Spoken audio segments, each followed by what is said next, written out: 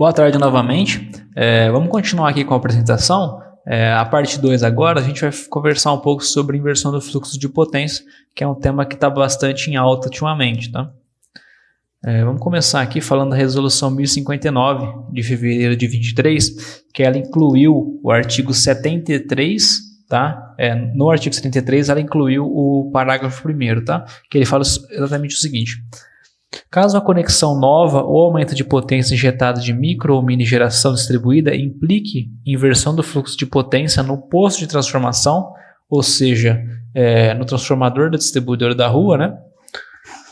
Ou no disjuntor do alimentador da subestação, a distribuidora deve realizar estudos para identificar as opções viáveis que eliminem tal inversão. E ela dá aqui cinco alternativas aqui, né? ANEEL. Então, o que quer dizer? Quando você manda o seu projeto para a concessionária, ela vai ter que fazer o estudo se há ou não inversão de fluxo de potência, tá?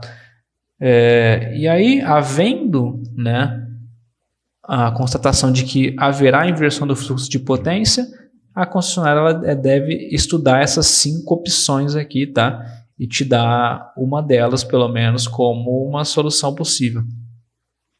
Primeiro, reconfiguração dos circuitos e remanejamento da carga. Segundo, definição de outro circuito elétrico para a conexão da geração distribuída. Esse 1 e 2 aqui, eles são basicamente, a concessionária vai ver se, por exemplo, você está instalando um sistema gerador na casa de um cliente. Eles vão ver que, por exemplo, há inversão de fluxo no transformador que a casa está conectada, mas eles vão ter que analisar se caso conecte essa casa no transformador vizinho ou no circuito vizinho, né, vai continuar tendo inversão de fluxo de potência. Então, basicamente, esse 1 e 2 é isso, né? Vai analisar a possibilidade de colocar a unidade consumidora em outro transformador e outro circuito.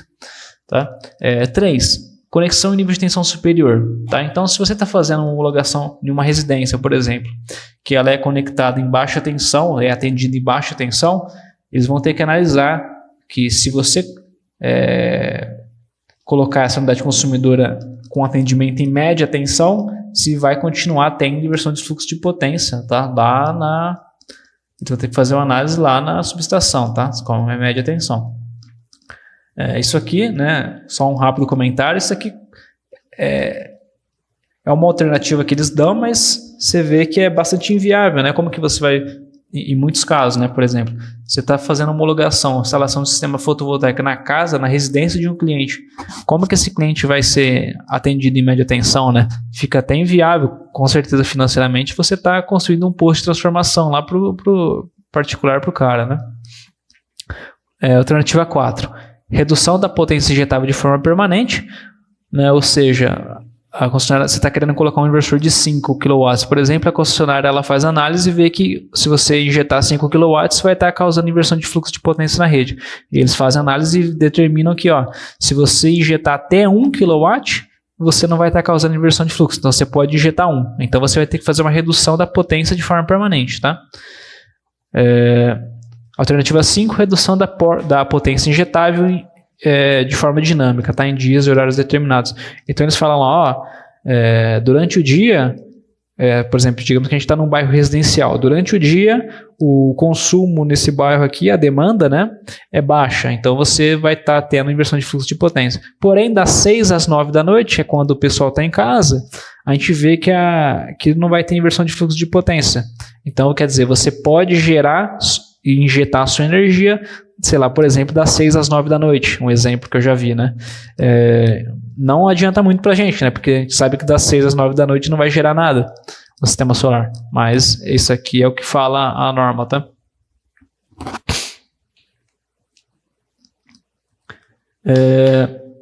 E aqui vamos falar nesse próximo tópico das novidades da resolução 1098, tá? Que é uma resolução assim, foi uma mudança na resolução 1000, né? A resolução 1098, que saiu agora em julho de 24, ela criou alguns dispositivos que evitam a análise de fluxo de potência pela concessionária, tá? Então a gente viu lá que a resolução 1059, ela adicionou esse dispositivo aqui, que começou a falar sobre a inversão de fluxo de potência, tá? E as atitudes que as concessionárias poderiam estar tomando, certo? E a 1098 ela trouxe alguns dispositivos que evitam, né, que os nossos sistemas fotovoltaicos eles sejam barrados, tá, pela essa inversão de fluxo de potência. Esse novo dispositivo ele é o artigo 73A, tá, que ele fala o seguinte, né, a análise da inversão do fluxo, né, de que trata o artigo 73, que a gente acabou de ler, fica afastado nas seguintes situações, tá? Então ele dá 3 situações nas quais a concessionária não fará, né, a análise do fluxo de potência. No primeiro caso, micro ou mini geração distribuída que não injete na rede, tá? Então se a gente está fazendo está instalando um sistema fotovoltaico que ele vai ser um grid zero, tá? Que ele não vai ter injeção na rede, obviamente, né? Ele não vai impactar na inversão do fluxo de potência, ele não precisa ser analisado pela concessionária, tá? Essa inversão.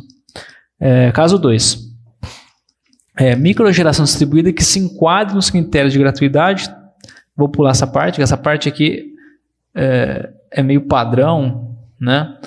Mais importante é isso aqui, ó, cuja potência de geração distribuída seja compatível com o consumo da unidade consumidora durante o período de geração, observado o parágrafo 1º e as instruções da ANEEL, tá? Esse inciso 2º, eu vou comentar um pouquinho mais para frente, que ele é um pouco mais elaborado, tá? E aqui o inciso 3º, tá? O terceiro caso aqui, que vai afastar a análise da inversão do fluxo, é uma microgeração distribuída que se enquadre na modalidade autoconsumo local, tá? Com potência instalada de geração igual ou inferior a 7,5 kW, tá? Então, se você está nesse terceiro aqui inciso, é o seguinte, se você está instalando um sistema fotovoltaico que ele vai ter uma potência instalada de até 7,5 kW, tá? Lembrando que a potência instalada ele é a menor potência entre a soma dos módulos e a soma dos inversores, certo?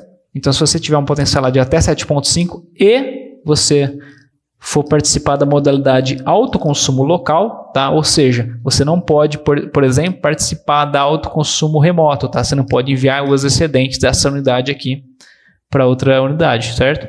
Então, se você se enquadrar nesses dois critérios aqui, autoconsumo local e potência até 7,5, você está dentro desse inciso 3 aqui, tá? Que a gente chama de fast track, tá? E você assinala lá, eu vou mostrar como que a gente faz o preenchimento.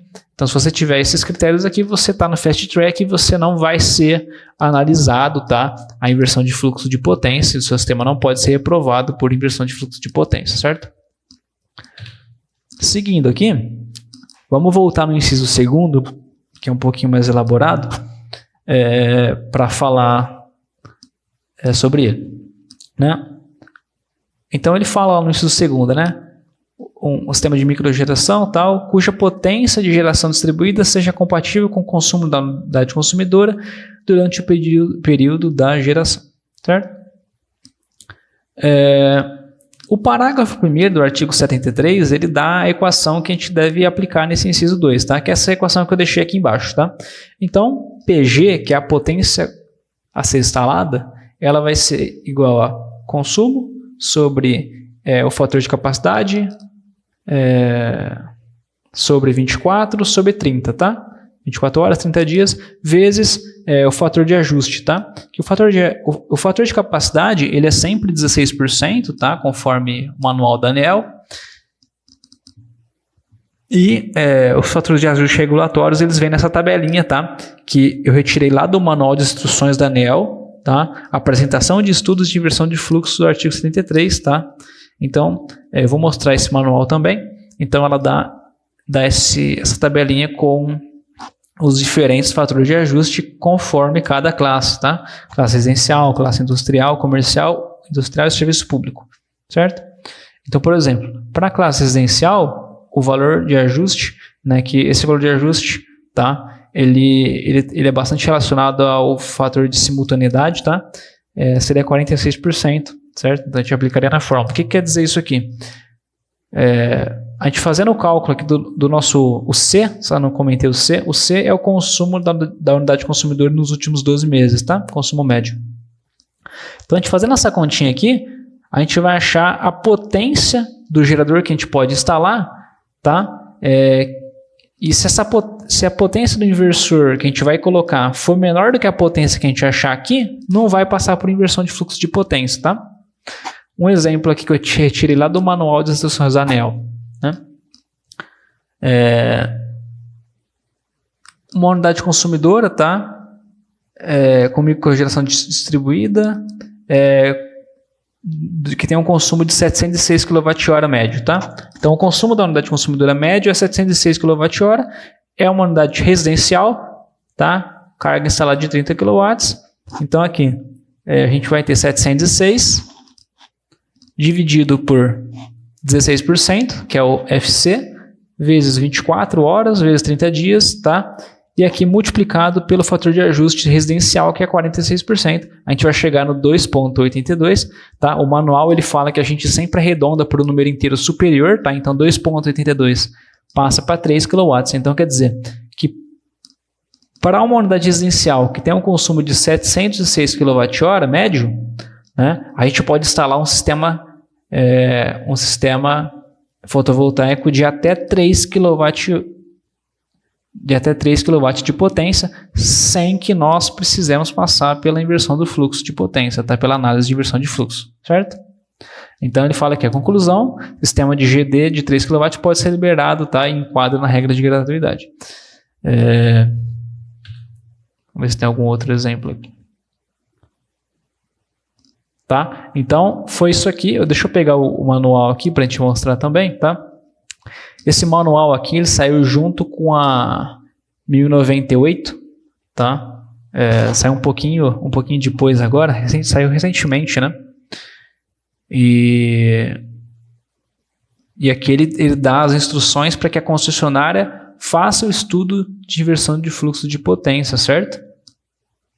Tá? Ele dá alguns exemplos aqui, certo? Ele mostra como a concessionária deve fazer a análise, tá? Ele dá aquela equação que a gente viu, certo? Ele dá alguns exemplos aqui de como que funciona aquele inciso 2º do artigo 73A, certo? Então, se vocês quiserem consultar esse manual aqui, vocês acham lá no site da ANEEL também, tá? Ó, data de vigência 31/7, foi recente.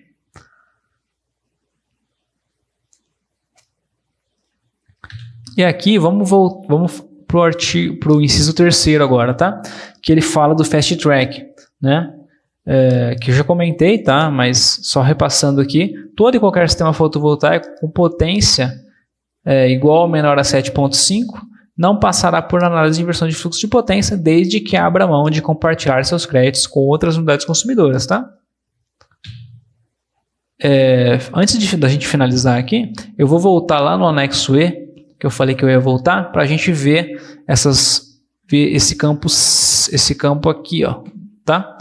Para a gente dar uma olhadinha no que é cada um, tá? Isso aqui foi acrescentado depois da resolução 1098, tá? Isso aqui nada mais é que aqueles 3 incisos que a gente acabou de ver, tá? A gente assinala, se a gente quiser solicitar a dispensa da análise da inversão de fluxo por enquadramento no artigo 73A na seguinte regra, tá? Então, se eu quero alguma daquelas regras, algum daqueles incisos, eu marco aqui, certo? E eu escolho aqui por qual critério que eu estou solicitando a não análise, né, da inversão. Ele fala aqui, se a gente estiver instalando um grid 0, né, eu marco aqui. Agora, se no meu caso não for um grid 0, se for, por exemplo, aquela conta do consumo lá, né, que a gente vai achar a potência gerada que a gente pode instalar, seria esse segundo aqui, né? E se for um Fast Track, que é um sistema de até 7,5 com alto consumo local, a gente marcaria aqui, certo? Agora aqui, se nós marcarmos isso aqui, né, esses dois aqui, que é o Fast Track, a gente tem que vir aqui e assinar, tá, esse campo 6 aqui, tá? Então o cliente ele vai ter que assinar aqui, tá? Que ele fala aqui que ele está solicitando o afastamento da inversão de fluxo, tá? Porém, né, que ele está ciente que a unidade vai ter que ser classificada como alto consumo local, né? E que futuramente ele não vai poder realocar os excedentes dos créditos, tá? A não ser que ele mande um novo projeto futuramente alterando esse critério do Fast Track, certo? E além de assinar isso aqui, se você tiver um Fast Track, você também vai ter que assinar o termo de aceite, tá? O termo de aceite você encontra lá no site da concessionária também, e é bastante simples. Ele vai estar simplesmente, o seu cliente ele vai estar assinando lá que ele está ciente de que ele, optando pelo Fast Track, ele vai estar abrindo mão dessas coisas aqui, certo? Então, foi isso, pessoal. Eu agradeço pela atenção e qualquer dúvida que vocês tiverem, vocês podem mandar um e-mail, tá? Meu e-mail está aqui. Qualquer dúvida, pode me chamar lá e obrigado pela atenção.